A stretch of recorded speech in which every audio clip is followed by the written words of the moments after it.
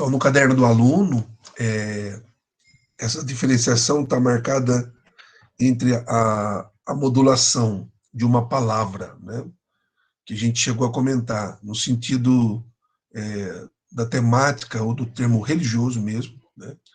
Ou seja, você partir do princípio de que a origem, né, mitos, as questões mitológicas trabalhadas nos textos épicos de Homero, de Hesíodo, né, na cosmogonia de Hesíodo, quando ele descreve como que nasceram os deuses, ou nas tradições das religiões abraâmicas, né?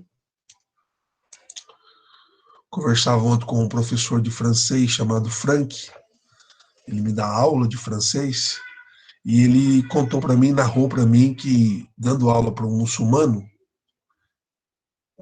ensinou ele o seguinte, que eles não comem carne de porco, né? Ontem nós estudávamos um pouco sobre os animais, sobre alimentação.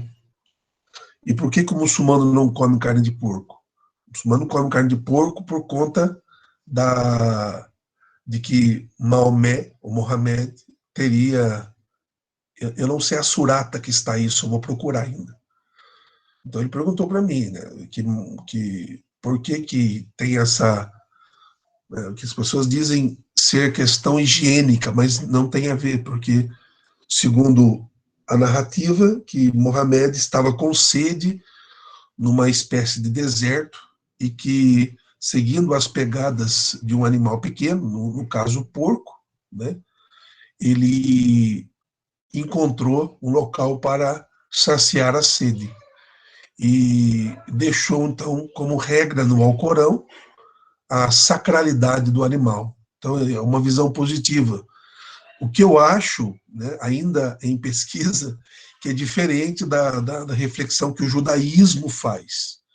O judaísmo entende a carne de porco como uma carne negativa, uma concepção que não se deve comer. Tanto que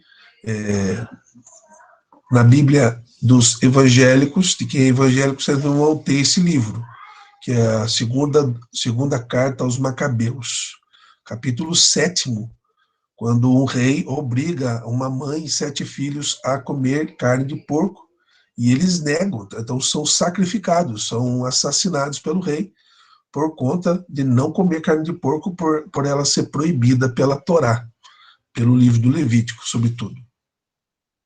E Jesus também, no Novo Testamento, ainda em consciência judaica, ele encontra um gadareno, um endemoniado, que vivia no cemitério, e ao expulsar o demônio, né, do possesso, o espírito maligno, ele toma conta de uma vara de porcos, de vários animais que se encaminham para um precipício e se jogam no mar. Então, 2 coisas. Primeiro, que o demônio procurou a vara de porcos. Segundo, que o mar é símbolo do mal, né? Então, por que falar tudo isso? Para mostrar o encantamento das palavras, conforme falávamos, né? E aí nós tivemos uma pequena leitura da 60ª do sermão do padre Antônio Vieira, né? Dizendo que se a palavra de Deus, né, se a Bíblia, de fato, tem uma potência como uma palavra sagrada, uma palavra, um discurso específico, um discurso santo, por que ela não cria, então, não oportuniza a conversão dos homens? Então, o questionamento do padre Vieira é um questionamento pertinente no sentido de mostrar, né, que o fruto da palavra de Deus, o fruto da pregação de uma palavra que tem um encantamento no sentido mais puro do termo, o encantamento da palavra sagrada, levasse os homens à conversão, né? O segundo texto nós não conseguimos ler, então seria o texto sobre o ensaio sobre o entendimento humano do filósofo moderno David Hume. Né? Então, na seção 1, ele diz que há diferentes classes de filosofia, né? O homem nascido para a ação, né? E quando se diz que o homem nasceu para a ação, se pensa no homem como um ser moral, e ao mesmo tempo, né, um ser moral, um ser racional, um ser ativo, e que pensa, tem um discurso implícito do lógico, né, do logístico, ou seja, nós temos a contraposição do pensamento religioso, ancorado sobre mitos, sobre a fé, numa palavra, e ao mesmo tempo temos o pensamento racional, ancorado sobre a lógica do procedimento, a lógica das ações. Né? Só para ilustrar,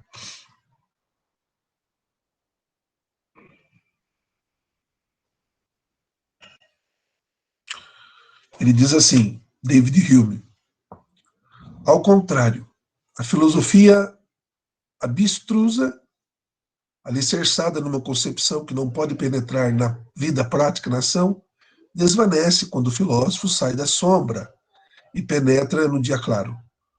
Os seus princípios podem manter facilmente qualquer influência sobre nossa conduta e aproxima-os mais do modelo de perfeição que ela descreve.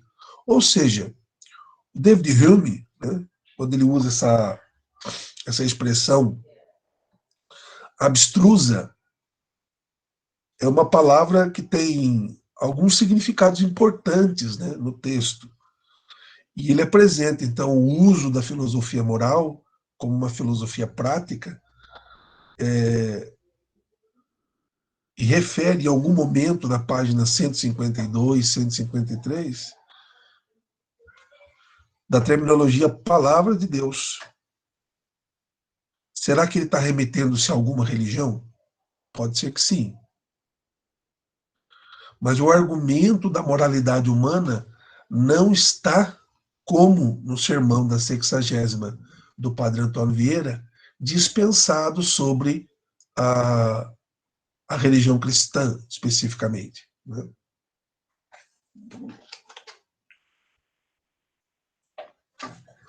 No fundo, qual é o espaço da religião numa sociedade laica? Né? Qual é o espaço da religião numa sociedade laica? Ontem, o professor Augusto participou também, né? Nós temos um grupo que, vez ou outra, se reúne para leitura de textos filosóficos, e ontem nós nos encontramos, né, todos ligados à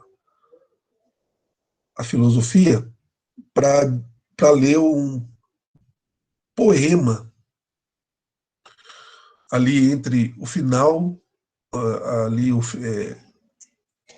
o primeiro século antes de Cristo e a metade do primeiro século depois de Cristo, né, chamado Lucrécio, Carlo Lucrécio. E ele escreveu um texto chamado De Rerum Natura, das coisas naturais, ou das coisas da natureza. E o De Rerum Natura ele traz de volta uma reflexão de uma filosofia pós-aristotélica chamada epicurismo, que tem três funções, quiçá uma quarta.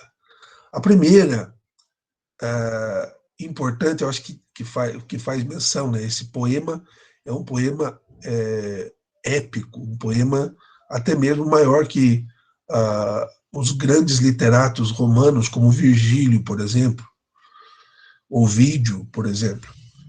E Lucrécio, ele vai dizer o seguinte, ressuscita a filosofia epicurista, dizendo que, primeiro, você deve se libertar do medo dos deuses. Ou, na nossa concepção cristã, você deve se libertar do medo de Deus. As pessoas têm medo de Deus. Segundo, você deve se libertar do medo da morte.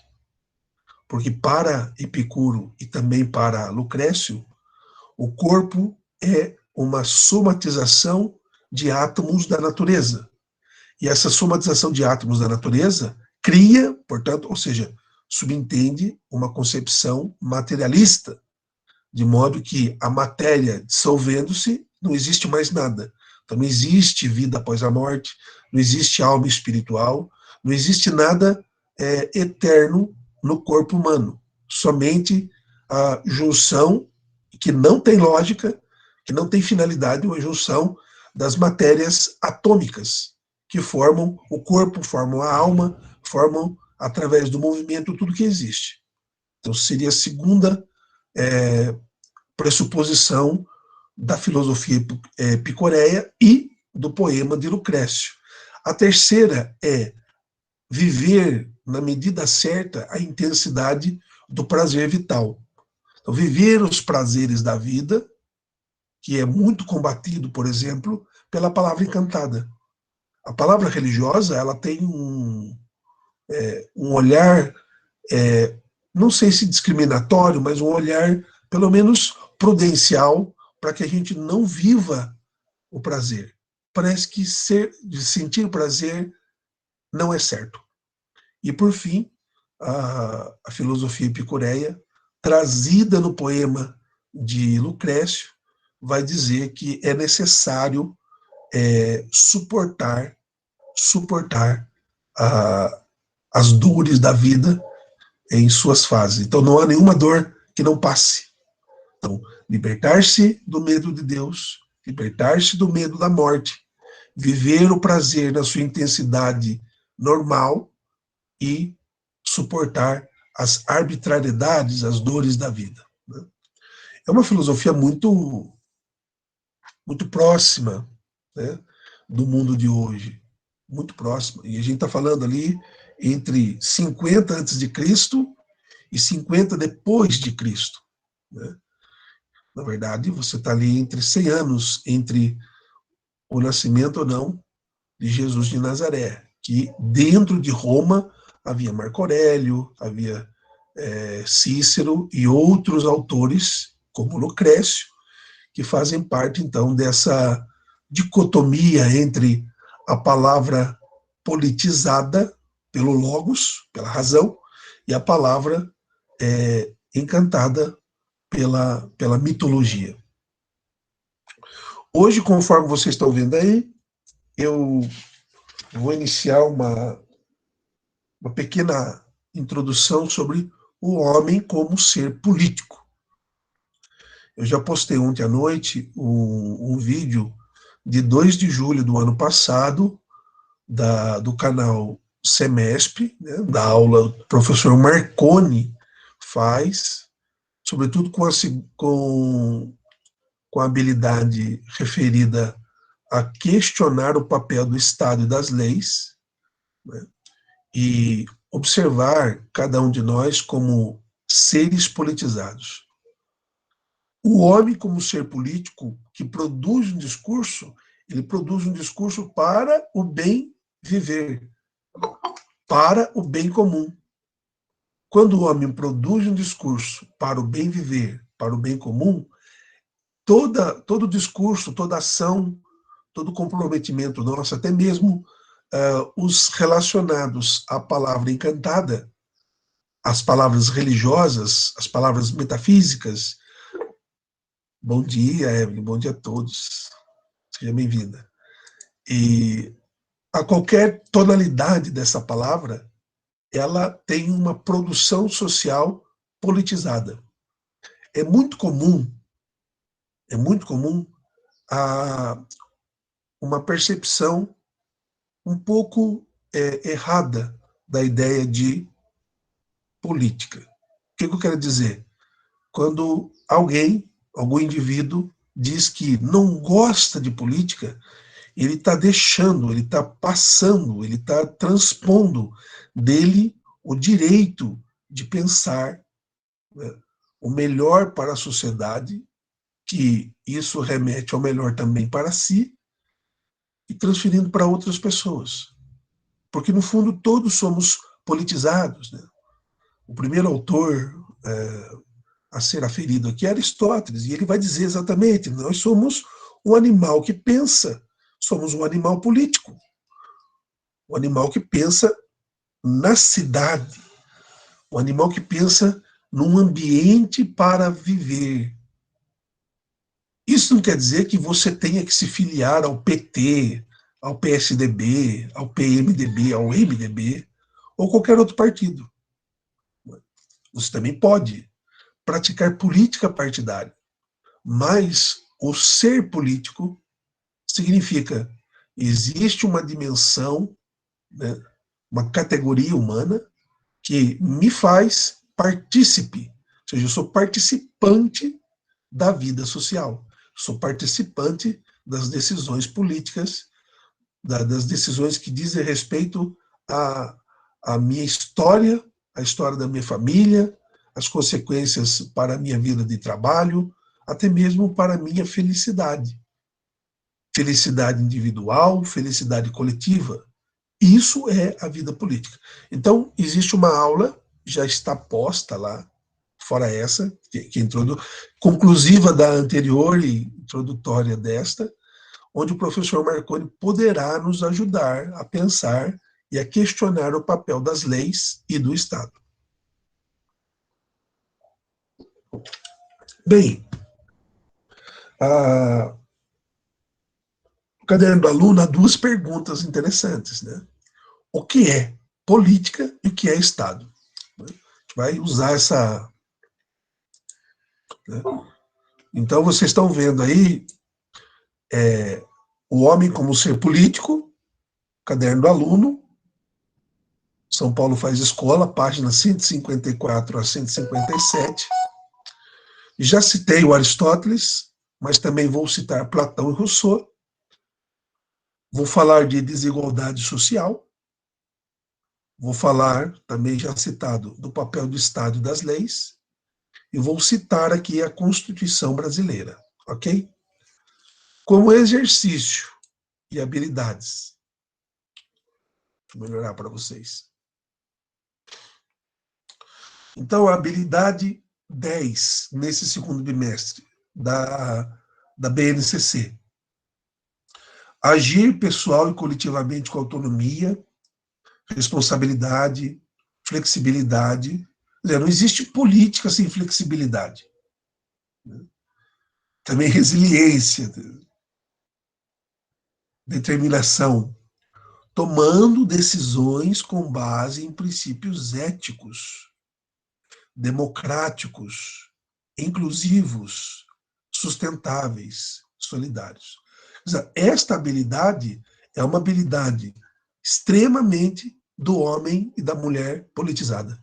Né?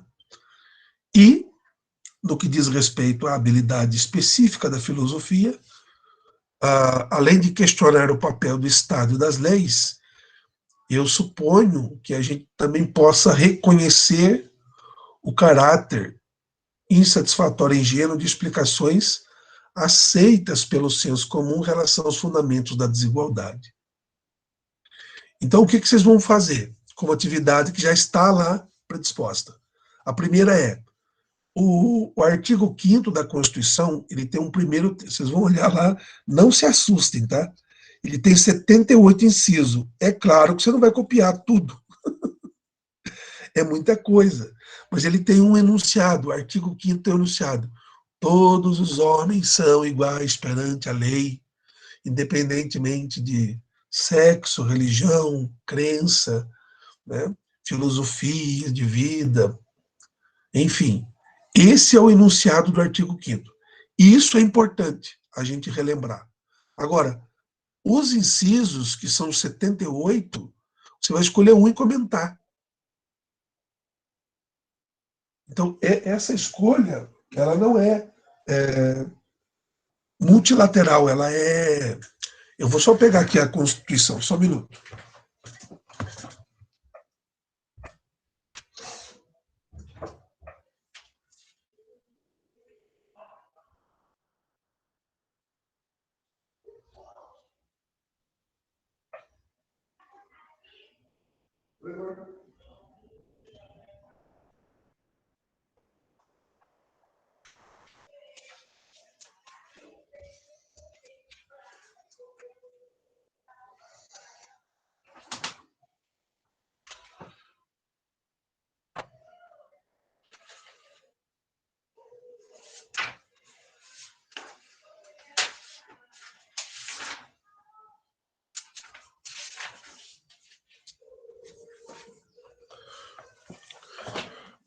Alonso, vamos lá.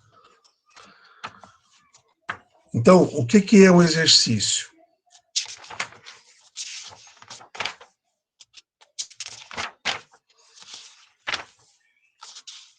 O exercício, né, o capítulo 5, descreva o artigo 5. Então, todos são iguais perante a lei, sem distinção de qualquer natureza, garantindo-se aos brasileiros e aos estrangeiros residentes no país a inviolabilidade do direito à vida, à liberdade, à igualdade, à segurança e à propriedade, nos termos seguintes.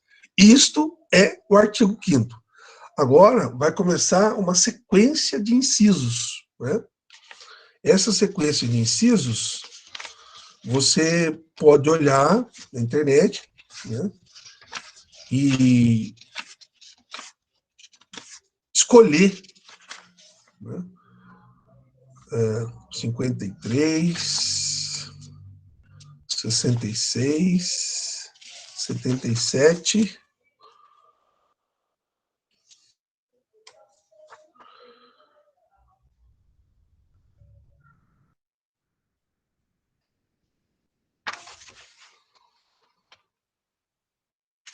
Eu acho que são 77, tá? Não 78. Mas, enfim. Então, o primeiro, por exemplo, né? Escolha um inciso e comente. O primeiro inciso é: homens e mulheres são iguais em direitos e obrigações nos termos dessa Constituição. A pergunta é: isso é verdadeiro? Se não, não. Por que não? Né? Homens e mulheres são iguais, ou seja, existe uma isonomia, um direito de igualdade plena entre homens e mulheres na base da lei? Não, não existe. Então, na teoria, até mesmo jurisprudenciada, isso aqui é uma cláusula pétrea, uma cláusula que não pode ser modificada. Na teoria, todos somos iguais, homens, mulheres, né? Independente de qualquer distinção de natureza. Só que existe uma lei, olha só, essa lei é interessante, né? É a Lei 10.628, eu acredito que ela seja de 24 de dezembro de 2002. Né? Vocês estavam nascendo, né? É a lei do foro privilegiado. O que é o foro privilegiado? O foro privilegiado é que, quando algum indivíduo civilmente, uma pessoa física, ela é incorporada a uma função do Estado para serviço em benefício da população. Então, nós vemos que essas pessoas, quando elas cometem algum deslize contra a legislação, contra a lei, elas são amparadas pelo foro privilegiado de modo a não se tornar igual a nós. Ela comete, por exemplo, um crime contra o Estado, de qualquer natureza, e ela não é submetida à aplicação, não se imputa a ela a pena, porque ela tem o foro privilegiado. Então, a priori, me parece que essa isonomia, esse princípio, ele não é tão severo como deveria ser, de modo a tornar todos nós de fato iguais, né? Ele é histórico, ele estabelece uma chamada igualdade na aplicação das normas jurídicas entre os homens e mulheres, dos quais estão sujeitos na lei. Né? Só mais um exemplo.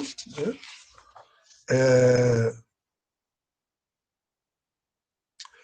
Aí que as pessoas, né, por falta de conhecimento, né, o Estado, ele tem o direito, o Estado tem o direito de usar de força, até mesmo de força física, para a proteção da paz e da harmonia social.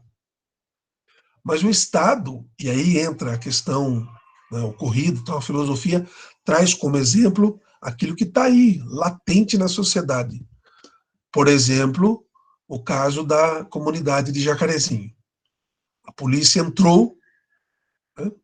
É a primeira vez que eu estou tocando no assunto com outra pessoa, sempre pensando, né? Descartes, ele pede que a gente, antes de emitir um juízo, sobretudo juízo moral, se é certo ou errado, você analise todas as possibilidades para não dizer coisa errada, né? Então é a primeira vez que eu vou fazer um primeiro juízo sobre a ação da polícia carioca na comunidade de Jacarezinho. Ao todo, foram mortos 29 pessoas. A pergunta é, essas pessoas foram identificadas? Parece-me que anteontem a polícia ia dizer, né, ia relacionar os nomes dos, dos que foram mortos. Essas pessoas, de fato, eram criminosos? Veja, eu não estou afirmando. O vice-presidente da República, o general Mourão, disse, a expressão dele foi, era tudo bandido. Bem, não sei se era. Ainda não tenho essa convicção formada. Por quê? Porque o inciso 3 da Constituição diz, aí que está, as pessoas querem que o Estado, às vezes, atue como se fosse fora da lei. Por isso que existe uma diferença entre quem age de acordo com a lei, e até mesmo usa a força, e quem age contra a lei, e aí é livre. Livre porque, né, porque na esfera da bandidagem, numa ideologia de bandidagem, você pode fazer o que você quiser, ué, né? Tanto que, né, em comunidades é muito comum eles terminarem, por exemplo, com uma pessoa inteiramente, né? A pessoa é posta dentro de pneus e é posto fogo na pessoa, de modo a sobrar somente a arcada dentária, que eles dão fim nesse negócio. Não sobra vestígio para se investigar nada do crime. A pessoa simplesmente desaparece. Agora, isso é extrema tortura. E o inciso diz, ó, ninguém será submetido à tortura nem tratamento desumano ou degradante. Quando você vê, por exemplo, uma ação como foi a do Dr. Jairinho e da mãe Monique em relação ao menino Henri, você fica extremamente, como pai, né, como ser humano, você fica estarrecido. Como que ele pôde ter feito isso, desculpa. Como que ele pôde ter feito isso? E aí você fica pensando, o que esse cara merece se ele fez isso? Se ele batia na criança, a troco de nada, né? Hoje existem muitas leis, né? O ECA está aí para, né, a lei da palmada, etc. Mas violência, então assim, o tratamento desumano, a tortura, a degradação do outro não é permitido pela lei. Então eu não posso tratar quem usa disso aqui como representante da lei. Esse é o grande equívoco da sociedade, grande equívoco, né? Interessante também é o 4. Você pode manifestar livremente o seu pensamento, mas é vedado o anonimato. Por quê? Porque você pode dizer para as pessoas, olha, eu penso isto, penso aquilo outro, mas você tem que assumir o que você fala, né? Você não pode querer interferir socialmente em questões importantes e apelar para o anonimato. Não. Vou dizer, né? É, é livre a manifestação do seu pensamento, da sua ideia sobre aquele contexto do Estado, né? Agora, o anonimato, ele, ele não é permitido porque salvaguarda o peso e a responsabilidade do que é falado. Então, eu vou falar alguma coisa contra alguém ou contra uma instituição e vou sofrer as consequências, se necessário, se for o caso. Mas é livre o teu direito de falar contra, né? Então, a manifestação do pensamento é expressão, né, do nosso intelecto, está ligada à nossa personalidade, né? e está intimamente ligada também ao que o legislador, no caso da Constituição, não admite, né, sem a identificação de quem está exercendo esse referido direito. Essa foi a ideia da Constituição. Então, Constituição Federal, o exemplo está dado, a pergunta, né, qual é o papel das leis, qual é o papel do Estado, está presente, então, nesse exercício que vocês vão fazer. E a segunda questão, você já deve ter lido já, né? Eu pedi para vocês, eu estou pedindo para vocês pesquisarem, entrevistarem duas pessoas. É uma entrevista muito simples. Pode ser o pai, a mãe, pode ser um amigo, né? Eu queria que uma das pessoas fosse o professor Augusto. Ele vai ficar bravo comigo. Né? Durante a aula, pode ser em coletivo, pode ser a mesma pergunta, pode ser a mesma resposta para todos. Né? Vou até falar com ele. Então, você entrevista uma pessoa mais livre e a outra pessoa, o professor Augusto. Se eu perguntar para eles, a desigualdade é natural ou cultural? Só um minuto. A desigualdade é natural ou cultural? É natural, Ana, sem problema, tudo bem, eu estou percebendo que você está com dificuldade. O que eu quero dizer com isso? Né? Para você entender a pergunta. Natural é, quando a gente nasceu, as coisas estavam postas já no mundo. Nós somos uma geração. Não sei se vocês lembram no passado. Pode? Pode sim, sem problema. Mapa mental, que nem a Manfredini gosta de fazer, do jeito que vocês acharem melhor. Ah, ano passado, no terceiro bimestre, nós demos um livro chamado Discurso sobre a Origem e os Fundamentos da Desigualdade entre os Homens, do Rousseau. Ele vai aparecer de novo nessa aula. O Rousseau, ele fez um texto tentando explicar por que os homens são desiguais e aonde deu essa desigualdade. Onde começou esse ponto entre os que têm muito, muito, os que têm razoavelmente, os que têm o necessário, os que têm muito pouco e os que não têm nada. Todas essas variações, todas essas variantes, elas indicam uma sociedade desigual. E isso, nascer numa sociedade desigual, ela é natural ou cultural? Quais as razões, as motivações para a desigualdade? Essa é a primeira pergunta. E a segunda, por que você acha que o Brasil é desigual?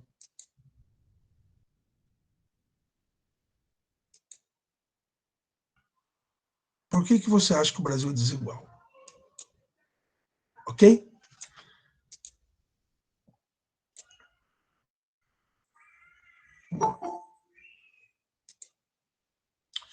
Então, a nossa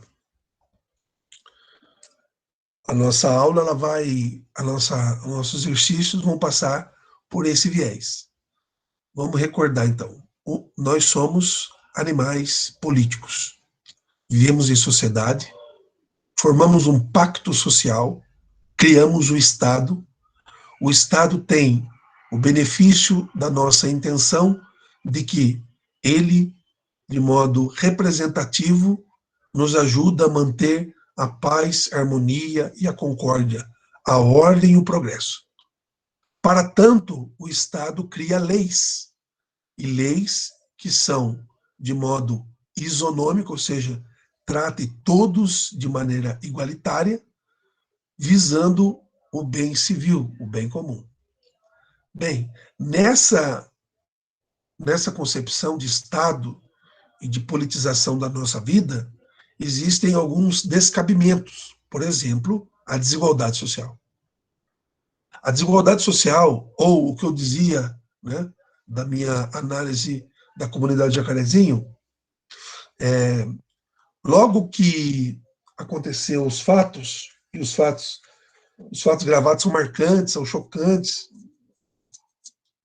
eu assisti também, alguém publicou, também não dá para dizer, como eu não conheço a comunidade, um carro tipo S10, né, uma caminhonete, cheio de pessoas, de jovens, com armamento pesado, subindo o morro.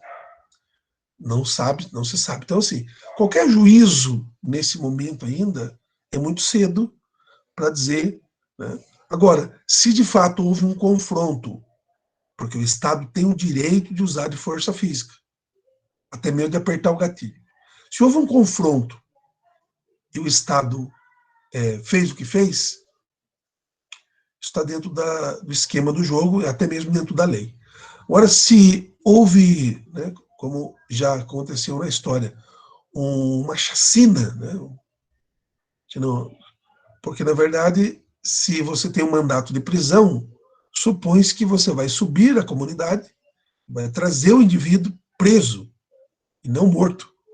Né? Não é essa a intencionalidade final. Se isso aconteceu por conta de um confronto, isso faz parte do jogo. Agora, a análise final, ainda em curso, é se de fato houve um confronto. Né? E por isso, então, o artigo 5º da Constituição, para a gente ler, e é uma meditação sobre o inciso 1. E a segunda pergunta é essa desigualdade, né? Entrevistando duas pessoas que você acha que pode explicar. Não, como entrevistador, você não vai dar opinião, você vai colher informação. Depois a gente pode, aqui na aula, na próxima aula, usar esse material e você pôr a sua opinião, concordando ou discordando do que os entrevistados falaram, né?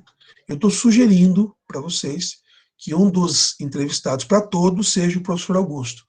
Então, vocês poderiam falar para ele, né, na hora da aula, e ele falar para todos de uma vez, para não precisar respondendo de cada um, pode ser a mesma resposta para todos, para não atrapalhá-lo, mas seria interessante uma visão um pouco mais técnica e uma visão um pouco mais livre. Não estou dizendo que é a visão mais certa e a errada. Estou dizendo mais técnica e mais livre. Ok? Vamos lá. Opa! Obrigado. Eu queria agradecer a vocês, né? Plena quarta-feira, acordar de manhã e refletir um pouco sobre a nossa vida política.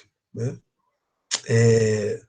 A vida política tem como finalidade a gente construir um locus, um lugar cada vez melhor, para que a gente possa viver e também que os outros possam conviver, para que a comunidade possa, de modo mais pleno, executar a sua função, que é nos ajudar a realizar-se como pessoa. Essa é a utopia da política. Né? Quem entra nesse caminho tem essa intenção, tá bom? Agradeço a todos pela presença, né? Desejo um bom dia a todos e muito obrigado por ter entrado. Um abraço, até a próxima. Tchau, professor. Tchau, tchau. Tchau, professor. Tchau, abraço. Tchau, tchau. Tchau, tchau. Muito obrigado. Ariane, Cris. Tchau, professor. Obrigada. Tchau, Carol. Tchau, Gabriel. Isabela, tchau, tchau.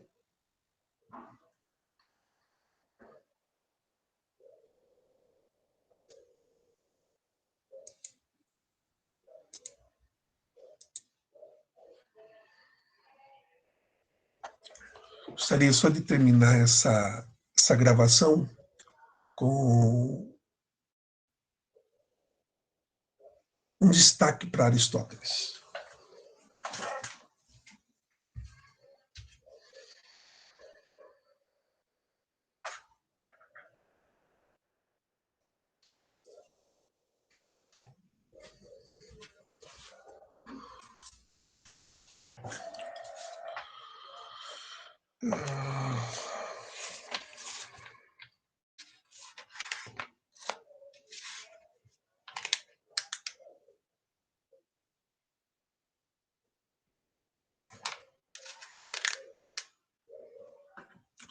Logo no início da política, Aristóteles diz: sabemos que toda cidade é uma espécie de associação e que toda associação se forma tendo por algum alvo tendo por alvo algum bem, porque o homem só trabalha pelo que ele tem em conta de um bem. Toda a sociedade, pois, se propõe qualquer lucro, sobretudo o mais importante delas, pois que visa a um bem maior envolvendo todas as demais, a cidade política. Então, o livro é aberto nessa construção teleológica do bem. Na ética Nicômaco, na ética Eudemo, Aristóteles diz que uma ação, ela sempre é uma ação visando o bem. E o bem buscado sempre é um bem que traz eudaimonia, traz realização, traz felicidade. Bem, um pouco adiante, né, no livro,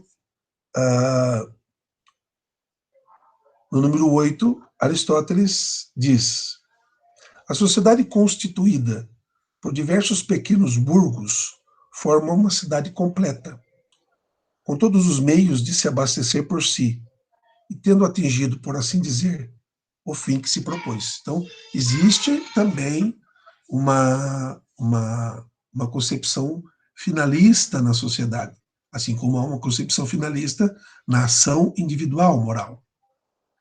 Nascida principalmente da necessidade de viver, ela subsiste para uma vida feliz. Eis porque toda a cidade se integra na natureza, pois foi a própria natureza que formou as primeiras sociedades. A natureza era o fim dessas sociedades. A natureza é o verdadeiro fim de todas as coisas.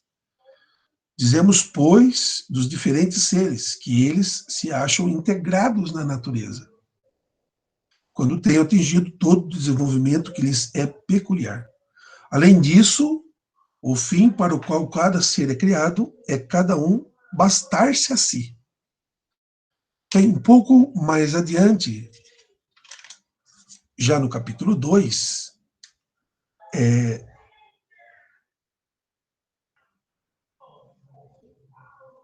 Aristóteles inicia dizendo: depois de ter conhecido as partes que compõem o Estado, necessário se torna falar, antes de tudo, da economia doméstica, já que o Estado, o que é o Estado? É uma reunião de famílias. Os elementos da economia doméstica são exatamente os da família, a qual, para ser completa, deve compreender escravos e indivíduos livres. Olha só, o filho do tempo, né? Escravos e filhos livres. Então, existe uma passagem entre o senhor e o escravo na política.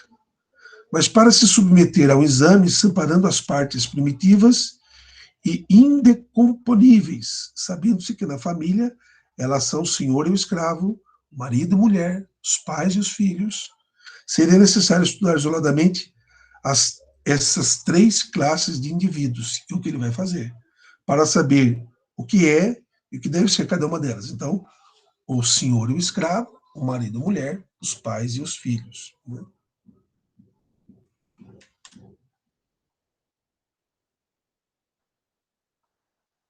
Um pouco ainda no primeiro livro, primeiro capítulo, no parágrafo 6, Aristóteles cita Hesíodo,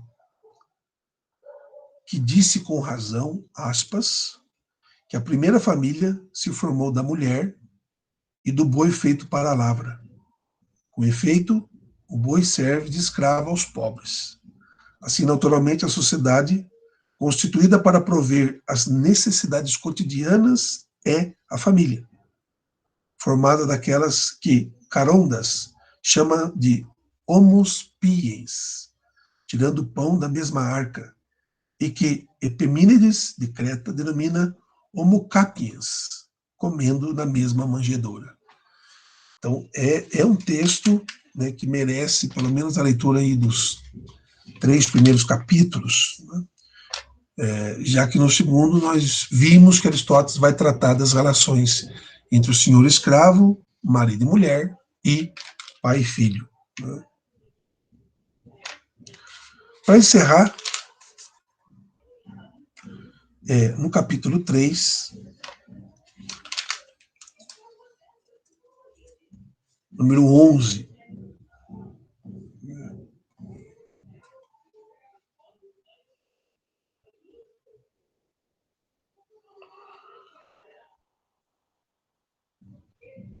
ao falar da propriedade. Tema importante também na política, na família, no regime do Estado, função da lei. Capítulo 3, parágrafo 11. Toda propriedade tem duas funções particulares, diferentes entre si. Uma própria e direta, outra que não é. Exemplo: o calçado pode ser posto nos pés ou ser usado como um meio de troca. O valor de uso, o valor de troca, isso me lembra muito Karl Marx. Eis, pois, duas maneiras de fazer uso dele. Aquele que troca um calçado por moeda ou por alimento, com o que tem precisão de calçados, dele faz justo uso como calçado, mas não em uso próprio direto, porque não foi feito para troca. Assim acontece com tudo aquilo que se possui, pois nada existe que não possa tornar-se objeto de uma troca. E a permuta tem seu fundamento na própria natureza, porque os homens possuem maior ou menor quantidade os objetos indispensáveis à vida. É isso aqui, ó. Os homens possuem, em maior ou menor quantidade, os objetos indispensáveis à vida. A pergunta feita aos jovens que saíram da aula foi: há desigualdade entre os homens, que eles já estudaram no livro do Jean-Jacques Rousseau, ano passado, lendo o discurso sobre os fundamentos da desigualdade social, da desigualdade entre os homens. Aristóteles, muitos séculos antes, os homens possuem, em maior ou menor quantidade, objetos indispensáveis à vida. Agora, por quê? O que determina alguns, né, usando até mesmo a cadência de pensamento do órgão, porque alguns têm maior quantidade e outros têm menor quantidade. Ou ampliando até mesmo para além do texto. Porque alguns têm alguma coisa para uso e troca e outros não têm, nem para uso e muito menos para troca. Então, a política de Aristóteles, capítulo 3, parágrafo 11. Obrigado, um abraço, até a próxima.